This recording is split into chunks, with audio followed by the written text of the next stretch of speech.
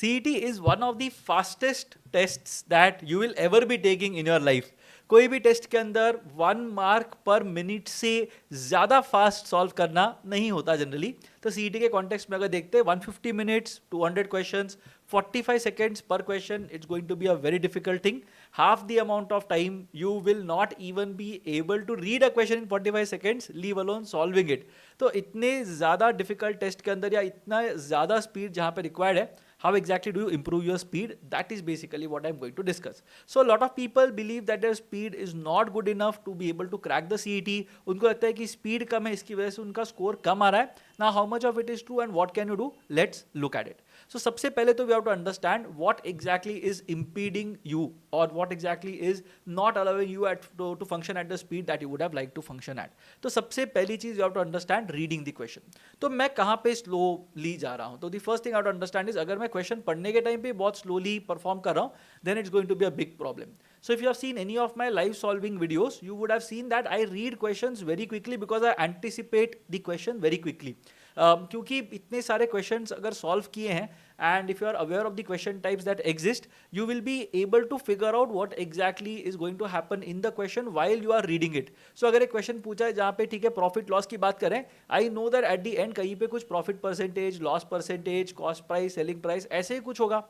So while reading the question, if you can compartmentalize things quickly in your head and you can follow that path very quickly like an algorithm, you will be able to solve questions very quickly.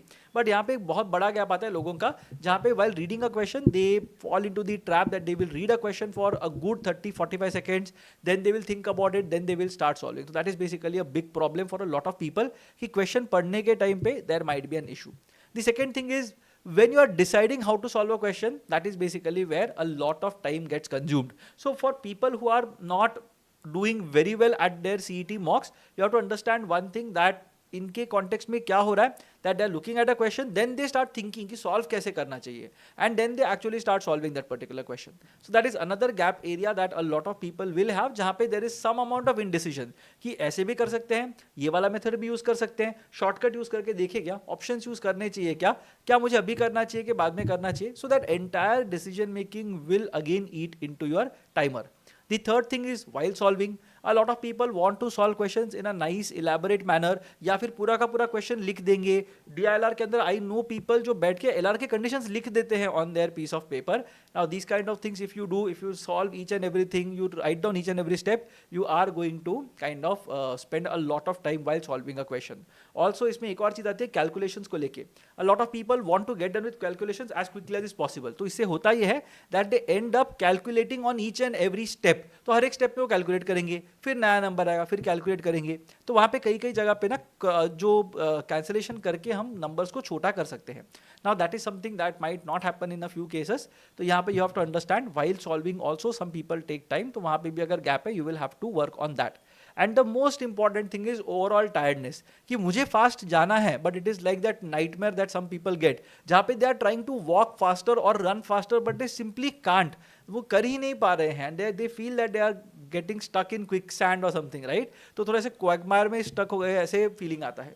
So exam के time पे भी लोगों को बहुत ऐसे लगता है कि यार नहीं, मतलब I want to be faster but I simply can't, I am feeling so tired, I am getting a headache, I am feeling drowsy, ये सब चीज़ें आती हैं. तो ये सब चीज़ों को कैसे टैकल करना चाहिए, that we will look at. So there are 7 commandments that I have for you. इन सबको अगर फॉलो करोगे your speed will improve remarkably. The first thing is don't get stuck for more than 30 seconds. I routinely use this analogy जहाँ पे I tell people that you have to be, or they have to be rather, as a phone का screen, right? जहाँ पे what happens is if 30 seconds of inactivity happens, screen blank हो जाता है and suddenly you get into saving power. तो यहाँ पे वही चीज़ करनी है अपने को एग्जाम के टाइम पे भी. If you are getting stuck for more than 30 seconds or even 45 seconds and मैं पेपर पे कुछ भी लिख नहीं पा रहा हूँ, मैं just बैठ के सोच रहा हूँ कि क्या कर सकते हैं इसके अंदर, I don't think that's a very good utilization of the timer. So जैसे ही 30 seconds निकल जाते हैं जहाँ पे you are not coming up with a fresh insight, it will be time to leave that particular question. The second thing is 5 second decision making strategy को देख लो. अगर question पढ़ने में बहुत टाइम लग रहा है तो इसका मतलब क्या होता है, I will suggest that you look at a question, एक काउंटडाउन टाइमर 5 seconds करो या 1 2 3 4 5 फिंगर्स पे काउंट करो, then look elsewhere. क्वेश्चन से दूर देखो, या तो लैपटॉप का लिड बंद कर दो या फिर you look somewhere else and try to recall कि क्वेश्चन में क्या है, क्या ट्रैप हो सकता है, ऑप्शंस किस तरीके के हो सकते हैं. अगर मुझे ये क्वेश्चन बना के दिया जाए, let's say for example, then how is it that I am going to potentially solve this question. तो मुझे क्वेश्चन पूरी तरह से शायद पता नहीं होगा, but I will start thinking within 5 seconds how to solve this question, what all are the traps that are there, are the numbers unique, कुछ फेमिलियर नंबर्स दिख रहेगा, या फिर एक क्वेश्चन बहुत ज़्यादा डिफिकल्ट लग रहा है. So if you can practice these 5 second decision making strategy वाले जो ड्रिल्स होते हैं, if you are able to do that, I think that will help you a lot. 5 seconds question देखो, दूसरी तरफ देखो, try to recall as much as you can. Numbers recall नहीं करोगे तो चलेगा. I just want you to understand what exactly is the point of the question, what is the concept that is tested, या क्या चल रहा है question के अंदर, उतना भी अगर ढूंढ निकालोगे उतना भी is good enough for me. But 5 seconds के अंदर you have to understand, you have to judge the question very quickly. Next thing, a lot of people follow look, decide, solve, right? That is basically what we are looking at. ठीक है, तो यहाँ पे you are looking at something, then you are deciding how to solve it, and then you are actually solving it. Now that is basically what you should be doing. But quite a few people end up doing look, solve, decide. तो पहले देखते हैं, फिर solve करना शुरू करते हैं, because जल्दी सॉल्व करना होता है. And then they get stuck, and then they अच्छा करना क्या है इसके अंदर, समझ में नहीं आ रहा. Then again you will look at the question, then you will decide, अरे नहीं यहाँ पे तो ऑप्शन सब्स्टिट्यूट कर सकते थे. Now that basically happens because you are not reading the question carefully in the first go. So यहाँ पे again you have to understand that this is not a feasible strategy.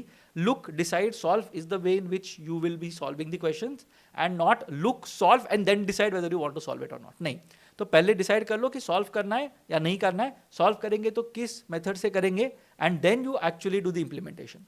Instead of start करके देखते हैं, फिर देखते हैं कैसे आगे जाता है करके, वो बिल्कुल हेल्प नहीं करेगा.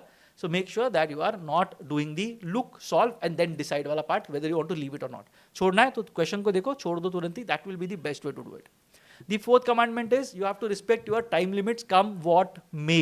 तो अगर मैंने बोला है कि मैं 60 minutes मैक्सिमम टाइम लिमिट बोल रहा हूँ, अपर लिमिट बोल रहा हूँ, अगर मैं 60 minutes LR को देने वाला हूँ, and I realize at the end of 45 minutes that I am at question number 45, let's say, तो अगले 15 मिनट के अंदर I have to sacrifice a few attempts and make sure that I am reaching question number 75 at the end of 60 minutes. अगर आगे जाके time बचा तो मैं वहां पे ध्यान दूंगा, otherwise I am not going to spend time on this section for longer than what I had envisaged. तो मैंने अगर बोला 60 मिनट्स के बाद मैं LR छोड़ दूंगा, तो I am going to leave LR. Hard stop है 60 मिनट्स का. You can't just delay it and say that नहीं थोड़ा और पुश करते हैं, 75 मिनट्स कर लेते हैं. No, you have to let go of LR then and there, because you never know what might happen in the next section. अगर quant बहुत easy आ गया, you might regret your decision of spending a lot of time on the previous sections. And CET के अंदर you get 1 mark for every correct answer. It does not matter what section that question is from. It does not matter what level of difficulty that question is of. It just matters whether you have got it right or not. So respect your time limits. अगर time limits को respect नहीं करोगे, it's going to be a big problem. The fifth thing is follow the 30-50 rule. 30-50 rule क्या होता है? At the end of every 30 minutes, you should be at the 50th question. अब मैं ये नहीं बोल रहा हूँ कि you have to solve 50 questions. I'm just telling you that you have to be at the 50th question. ये plan करके चल लो. You might end up at the 45th question, which basically means that your last 30 minutes are going to be slightly more relaxed, जिसके अंदर तुम्हारा performance थोड़ा enhance हो सकता है. If you go with the 30-40 rule, every 30 minutes 40 questions need to be done, तो last 30 minutes में भी 40 questions करने पड़ेंगे. And you have to understand that the energy with which you will be attempting question number 1 will be very different from the energy with which you will be attempting question number 200. तो ये 30-40 करते जाओगे, it's going to be a problem. Progressively you can say that ठीक है मैं 30-50 से शुरू करता हूँ, उसके बाद next 30 minutes के अंदर I might be able to do 45, उसके बाद I might be able to do 40, उसके बाद I might be able to do 35, उसके बाद I might be able to do 30, and that again will end up being 200 questions. So ये वाला path अगर करोगे जहाँ पे gradually you are reducing the load on yourself, it might work for you in most cases. If you are like me, जहाँ पे you want to do the difficult things first and then do the easier things at the end, you can do the inverse of it as well. Go slow starting में, make sure that you are creating everything properly, एक base create कर रहे हो, and उसके बाद जो launch pad बनेगा उसके ऊपर से you can just zoom through the other sections that you are extremely comfortable with. The next commandment is you have to build a question repository. Question types क्या क्या है, इसका एक रिपोजिटरी, मेंटल तो मेंटल, अगर पेपर पे तो paper पे, अगर एक्सेल शीट पे तो एक्सेल शीट में.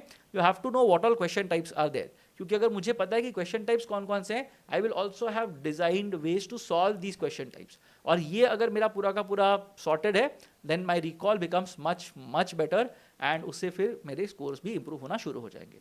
Visualise, every time you look at a question, try to visualize कि मेरा सोल्यूशन कैसे दिखेगा, how exactly am I going to do this. Step 1 ये होगा, स्टेप 2 ये होगा, स्टेप 3 होगा, आंसर ये होगा. The moment you are able to chart a path to solution, your job is half done. सबसे लास्ट चीज, शॉर्टकट्स के पीछे बहुत लोग भागते हैं. एवरीबडी टेल्स मी कि मुझे शॉर्टकट्स बताओ, शॉर्टकट्स के ऊपर सेशन करो, शॉर्टकट्स के ऊपर कुछ कंटेंट दे दो and so on and so fourth. Even document it if I can, but shortcuts generally don't help you during the test. Shortcuts are, see, as a mentor, as someone who has a channel and who trains aspirants, I can tell you that shortcuts जो होते हैं वो experts, so called experts के पास ही अच्छे लगते हैं, because a lot of the shortcuts appear after the test is done. Test के time पे if you look at people who solve the tests live, you will see that most of them will apply conventional methods जो सबको पता है कि कैसे solve करें, just that they will be able to apply this methods faster. तो वो एक चीज़ होती है, फेमिलियरिटी एक बार आता है तो वहाँ से definitely you will be able to solve questions in a better manner. तो वो चीज़ इंपॉर्टेंट है. अगर हर एक क्वेश्चन के पीछे शॉर्टकट ढूंढना शुरू कर दोगे, you will B accumulating so much of content, so much of knowledge in your head, it will become very difficult to sift through that knowledge कि कैसे मुझे फिल्टर करना चाहिए, कैसे मुझे यहाँ पे ये कॉन्टेक्स्ट में ये वाले शॉर्टकट को यूज़ करना चाहिए, वो बहुत डिफिकल्ट हो जाएगा.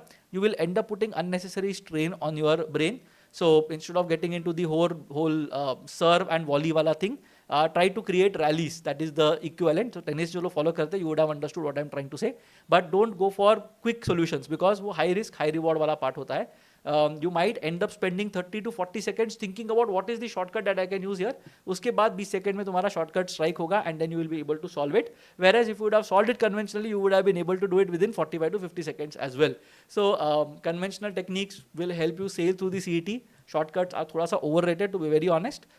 सो डोंट रन बिहाइंड शॉर्टकट्स. अगर ऑर्गेनिकली कोई शॉर्टकट इवॉल्व होता है या you know what exactly to do in a particular context, जो पॉपुलर शॉर्टकट्स होते हैं, right, a ball bounces to A by B of its height, तो B plus A upon B minus A करेंगे, those kind of thing. So ये अगर organically flow हो रहे हैं then yes you should know those shortcuts. But हर एक question level पे मैं जाके शॉर्टकट ढूंढना शुरू कर दूं, that is going to be pretty annoying for my brain.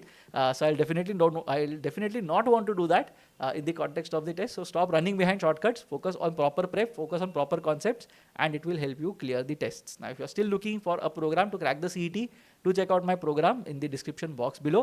Also, I had done a very nice session on speed calculations, and I had also covered a lot of these mathematical shortcuts. Yes, for sure, the techniques that are there. I had also covered some functional shortcuts, and I had also covered a bit of the question specific shortcuts that were there. So ये सारे shortcuts एक बार देख लेना in the video that happened a couple of weeks back. So do check out that video as well. I'll put the link to that in the description box below, and I'll come up with more such videos. Let me know in the comment section what do you think of this video, and if you have any other suggestions for the upcoming videos, do let me know that as well. I would love to create more content on CET 2026, and wishing you all the best with your CET preparation. I'll see you again in the next video.